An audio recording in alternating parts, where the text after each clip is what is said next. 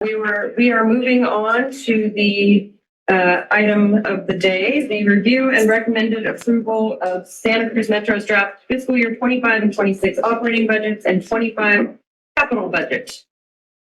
Morning, Fred. Hey, good morning. Morning. So I'm basically opening up the public comment period by going through the FY25 budget 26 plan, which is basically our budget review. I'm going to go through these slides. I'm not going to reiterate everything that we went through in March. I'm going to highlight more so those items that have changed since March till now. This is the original walkdown that we went from operating surplus from 24 budget to 25 budget. This was presented in March, all the changes. So effectively, we only changed from 24 to 25 by $17,000. But since then, things have changed. There's been a couple items and updates. So moving on, what we presented in March is about $7.4 million in operating surplus. We actually had some adjustments in some salaries, some increased legal costs. Specifically, we moved our facilities master plan that we need to do from 24 to 25. It was in the 24 budget. Now we're putting in the 25 because we're just going through the RFP process and figuring out who's going to be doing it. So that's what's in. And then some all other where we added in some training, which is basically the hydrogen training, so forth. And then offset down below, our sales tax. We know that our sales tax right now is flat. It's not going up. So initially, we actually had an increase in the March presentation that we thought year over year we had a slight increase. We've taken it out. So that's why you see the 900,000 coming out. We're now flat from March, from 24 budget to this budget now. So that's what we're seeing. And then we have, of course, with the training and the TERSA for the hydrogen coming over, we have the offset, which is the 340. So net, we're actually about $1.7 million lower, but we're still 5.7 million positive, at least before we transfer money into our buckets. Visually, this is what's happening. So from our 24 to 25 budget, so we're moving from, this is operating deficit. So we're at 51.7. So this is passenger revenues less all the expenses for the agency. 51.7. Our passenger fares are down. FY24 assumed that we had, we didn't have the free fares for use, whereas here we actually do, and that's why it's because we're planning to have the free fares for kids. Fully loaded wages, again, we actually ended up giving people pay raises and COLAs, and of course benefits are extremely high, higher than what we expected, but that's the 1.2. And then on the non-personnel costs, we had put in a lot of marketing activities, consultants coming in here, and ultimately that was for 24, and it's not in 25. So a lot of that goes away. That's why you're seeing the difference. So just kind of visually looking at it from a P&L perspective, as you can see, the passenger fare piece at the top, the biggest driver there for 24 to 25 is the youth-free piece. So that's why it's lower. And then moving down, big savings in the non-personnel, again, is, like I said, a lot of the consulting spend and so forth that was in 24 is no longer. Then we get to the non-operating expense. The biggest thing here is the fact that we're just slightly lower, but it's all driven by our grants. COVID and federal grants need to be combined together to kind of fully understand. We run out of our COVID grants in 24, and then we revert back to our 5307 grants in 25. So effectively, the real difference is we're a little bit lower on our 5307 grants. It's just a function of how we apply the grants against the cost. So it's not that we lose money or we're getting less money. It's just the fact that it's just a function of it. So net, it's $1.8 million difference. This change, these are the personnel pieces that we went from unfunded to funded. This has not changed since March. It's 331 to 331. And like I said, this is Hasn't changed whatsoever. And then the drivers of the non-operating, as you can see, you see the federal state grants and COVID grants. You see it's so much higher in the federal part, much lower in the COVID. COVID goes away. But if you really combine the two, if we didn't have this kind of in-year change, net we're a little bit lower. Like I said, we still get the absolute amount of money on the federal side. It's just we're just not applying it to the P&L at this point. And then the rest are a couple little pieces, knickknacks. UAL is a little bit worse, only for the fact that CalPERS didn't have the return that we expected. And so we have to kind of make up for that sliver of money. And then all net revenue and expense is interest. 24, we didn't plan for all these interest rate hikes to come up, so our money's earning interest, and that's what it's.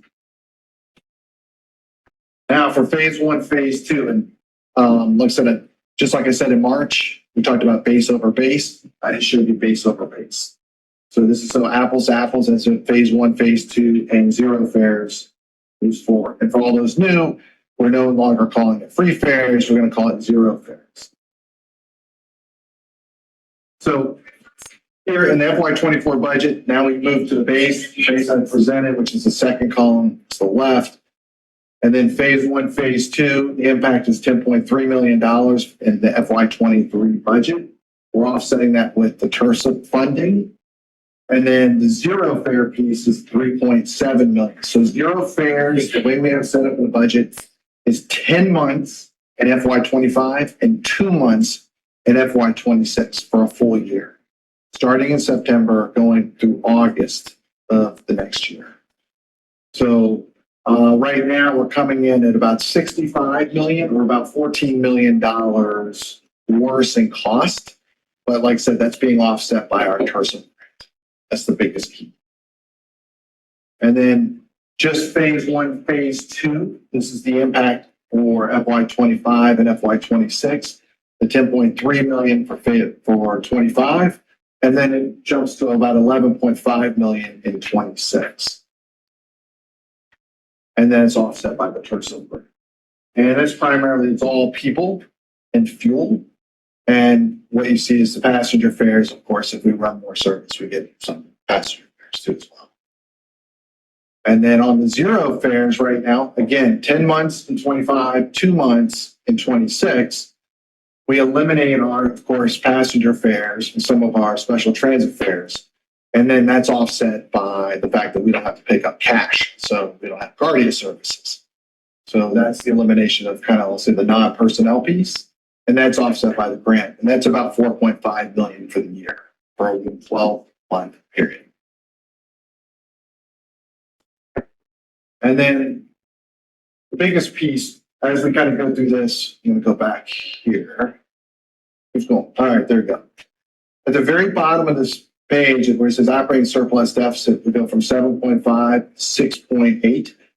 So you can think of that as profit before transfers. So we actually take that money and we end up transferring it to these various buckets. And it's critical because that money is critical for us to kind of go forward to do capital projects, make sure we have reserves in case things happen. So our capital and bus replacement fund, we put $3 million aside every year for mandate. And as part of it, $2.3 million comes from our P&L. And then we, as part of the grant, we actually get another about $700,000 that comes straight to capital. So we put that money aside. That's actually to help pay for buses, our matching portion of our buses. If we didn't put that money aside, we wouldn't have money to pay for buses. The CalPERS UAL liability, that's $2 million for a bucket. So that will help pay for, like, if something happens and CalPERS has a negative return on our money, we'll have a big open gap, and CalPERS will require us to cover that gap for people's pensions. And this will help fund and pay for that. Fuel tax credit, that's small. The matching, where it says matching operating capital reserves of $4 million, that is for us to do all the other stuff outside of buses. So this is all the matching activities for outside of buses, as well as all the brake fixes that take place. Air conditioning breaks. Well, we got to pay for it, so that's going to pay for that amount of money. And then our reserve replenishment. So this reserve replenishment is just a function of how much we spend on our operating P&L. So we have one bucket that says put aside 3 months worth of operating costs. So if our operating costs go up a little bit, the reserve will go up so we can cover 3 months. As well as we have a cash flow bucket that basically covers the ebbs and flows of payments that go in and out of this agency. We may not receive the money till later, but we got to put the money out, cover it, and so forth. So that adjusts. So that number will actually always go up unless we have a scale back and we reduce our costs. Then it would actually go the other direction. So we're taking $9.5 million and putting it aside. We're at 6.8, 9.5, that puts us in a negative. There's where it becomes the issue where we're taking money from our reserves. This is not on this list. Our reserve bucket to cover that difference. This is our COVID reserve bucket.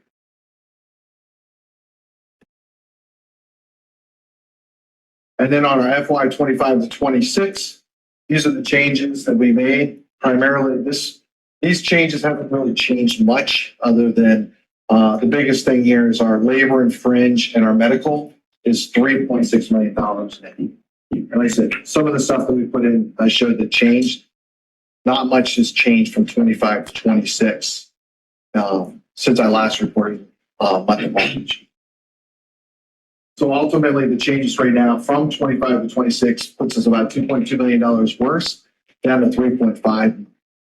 And this is expected because our revenues don't grow as fast as our costs because we're primarily a cost-driven agency, helping the public out there. So now we're at 3.5. And then this is kind of gives you an idea. Our passenger fares are just slightly off. Then our fully loaded wages are our big one, 3.6. And that's regular COLAs for people, step increases. And the big thing, the biggest driver of this, surprisingly, is benefits. 7.2% increase. And honestly, I think it's a little light. If that's what they're projecting, 7.2, we're seeing almost upwards of almost close to 12%. So 3.6 million, and then non-personnel costs. We're bringing down some of the consulting fees and stuff. This is the budget side by side. As you can see, the special transit fares, and this is base. This is not include phase 1, phase 2, or zero fares. So the 388 is our natural increase in our passenger fares that we would have if we were staying going forward. So you're talking about a $409,000 increase. Of course, our regular and our fringe on our labor side. Saw that was the big piece, and a little bit of reduction in non-personnel. So we're about $2 million lower on our operating surplus, or $2 million worse off on our operating surplus year over year. And from there, we have some offsets, and we have the grants that come in and so on, and we're still maintaining that $2 million.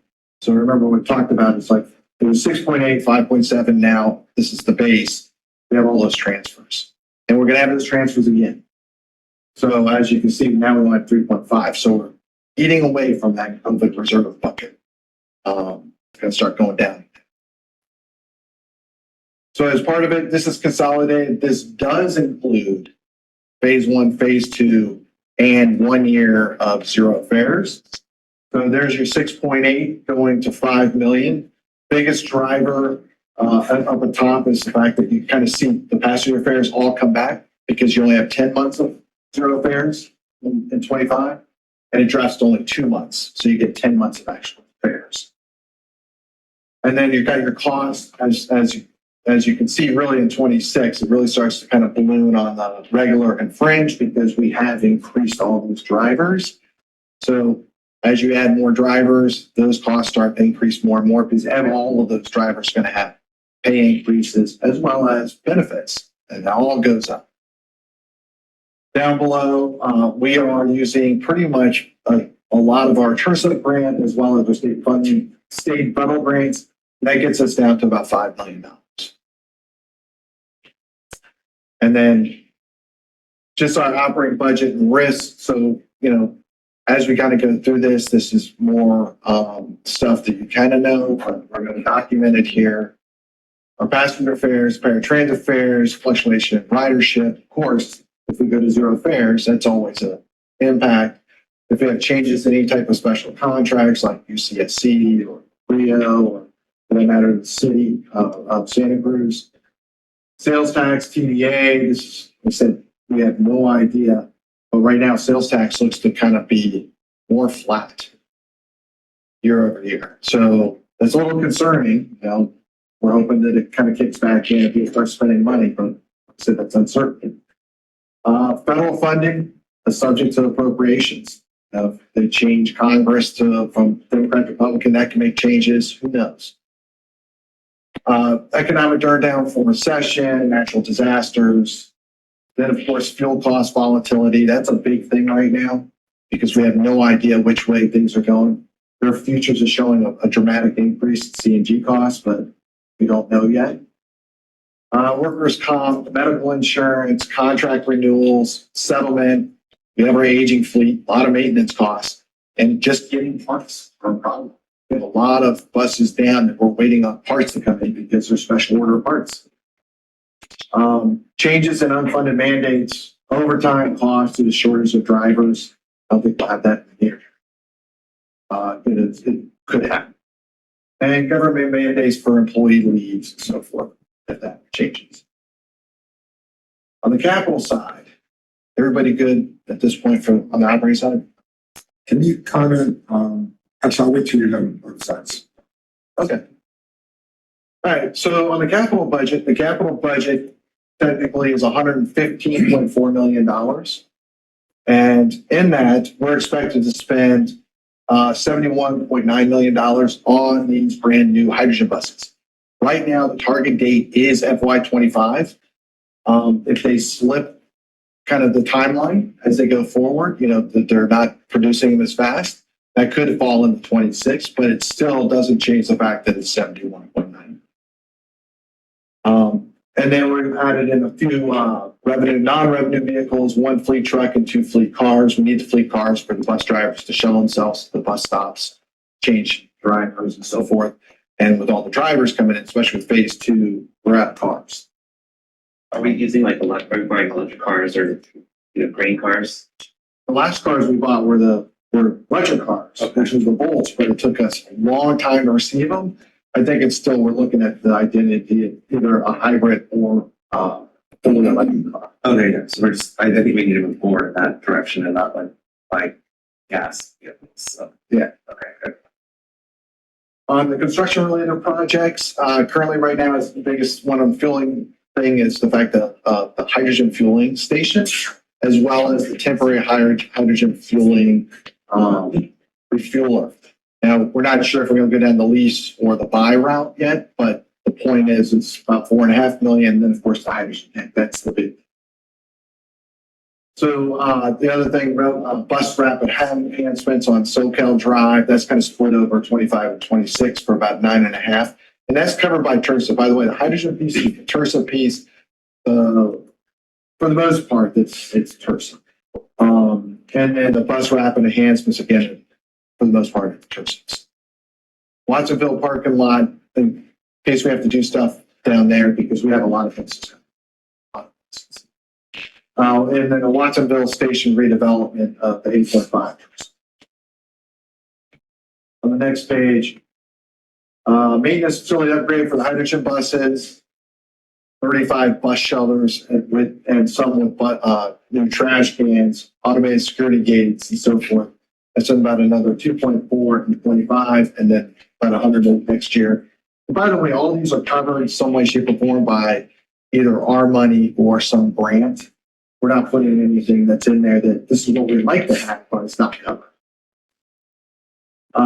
Then on the fleet maintenance and equipment, we have training aids. This is basically the simulator. They're putting in a bus simulator across the street, or at least preliminarily it's going to go there. We still don't yet.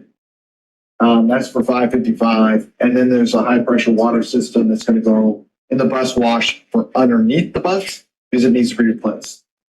And so that's 200,000. IT, we have the ERP project coming to an end, as well as our finalizing our new website design. Hopefully that'll be fun.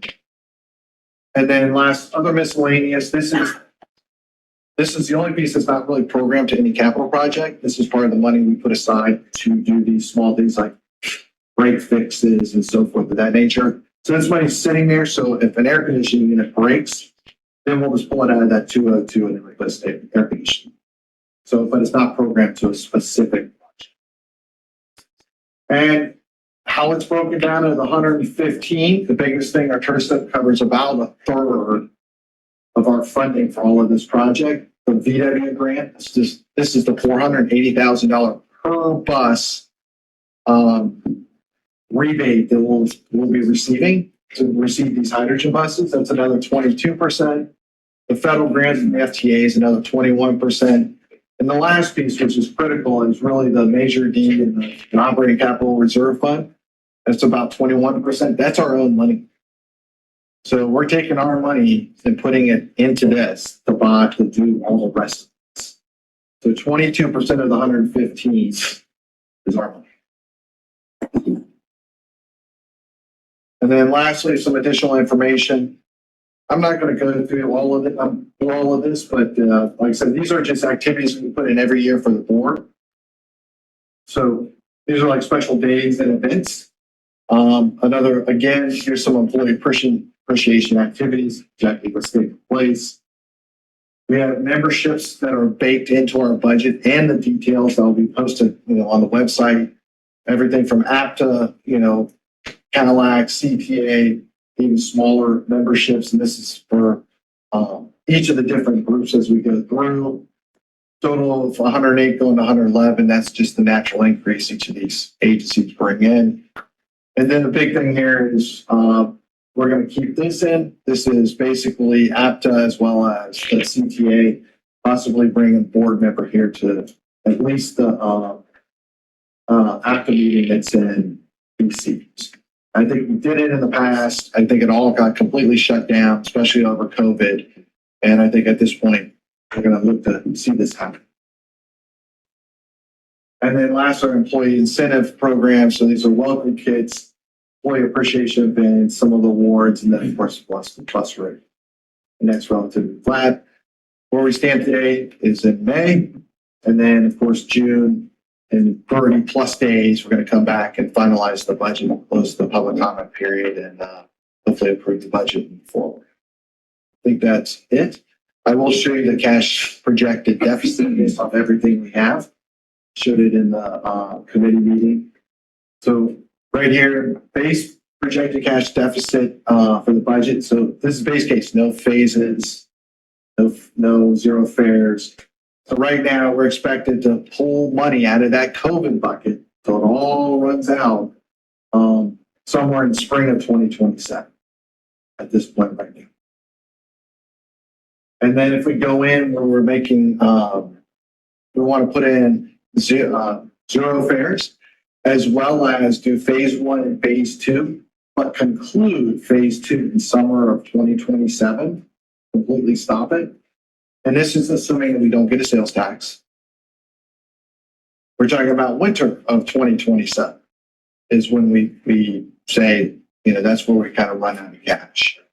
However, if we go in and we do assume we do get the sales tax, and we keep phase 1 and phase 2 in continuation, didn't touch zero fares. That's still the 1-year pilot program. Phase 1, phase 2, now we're talking about spring of 2034. Well, and I feel like it's going to be farther than that because we're really putting in numbers, we're guessing at that point, that far. But that gets us at least a decade or more out in the future before we have to worry about doing